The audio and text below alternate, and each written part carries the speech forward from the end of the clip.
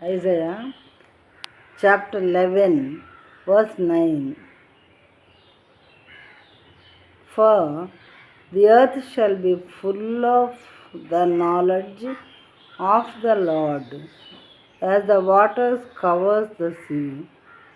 As the waters cover the sea. See here. Let us see it in Telugu. సముద్రము జలముతో నిండి ఉన్నట్లు లోకము యెహోవాను గూర్చిన జ్ఞానంతో నిండి ఉండును. సముద్రం జలంతో ఎలా నిండి ఉంటుందో మైళ్ళు మైళ్ళు మైళ్ళు మైళ్ళు దూరం మరి ఎక్కడ చూసినా వాటర్ ఉంటుంది. సముద్రంలో డీప్ వాటర్ ఉంటుంది.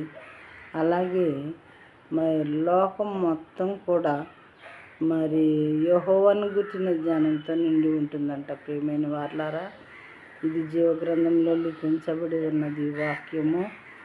మరి వాక్యమే దేవుడై ఉండెను అని మరొక చోట వాక్యం చెప్పబడుచు ఉన్నది. వాక్యమే దేవుడై ఉండెను అంటే దేవుడే ప్రత్యక్షంగా ఈ మాటలు చెప్తూ ఉన్నారు.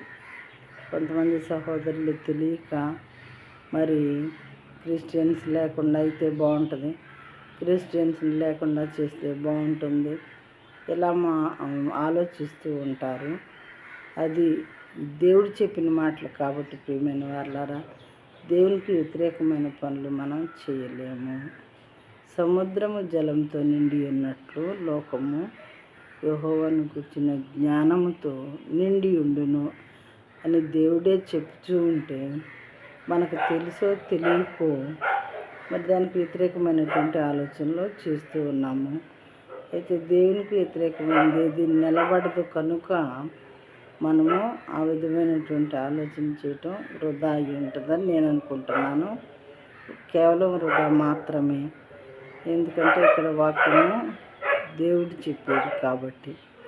సముద్రం అట జలంతో నిండి ఉన్నట్లు లోకము యెహోవాను గూర్చిన జ్ఞానంతో నిండి ఉంటుంది అంటున్నారు. లోకము అన్నారు దేవుడు ఇక్కడ. కానీ ఒక దేశము, ఒక రాష్ట్రము, ఒక జిల్లా లేదా ఒక ప్రదేశం అని చెప్పలేదు ప్రియమైన వారలారా. సముద్రము జలముతో నిండి ఉన్నట్లు లోకము యెహోవాను గూర్చిన జ్ఞానంతో నిండి ఉండును అంటే different all countries in the world అని అర్థం అన్నమాట ఇది.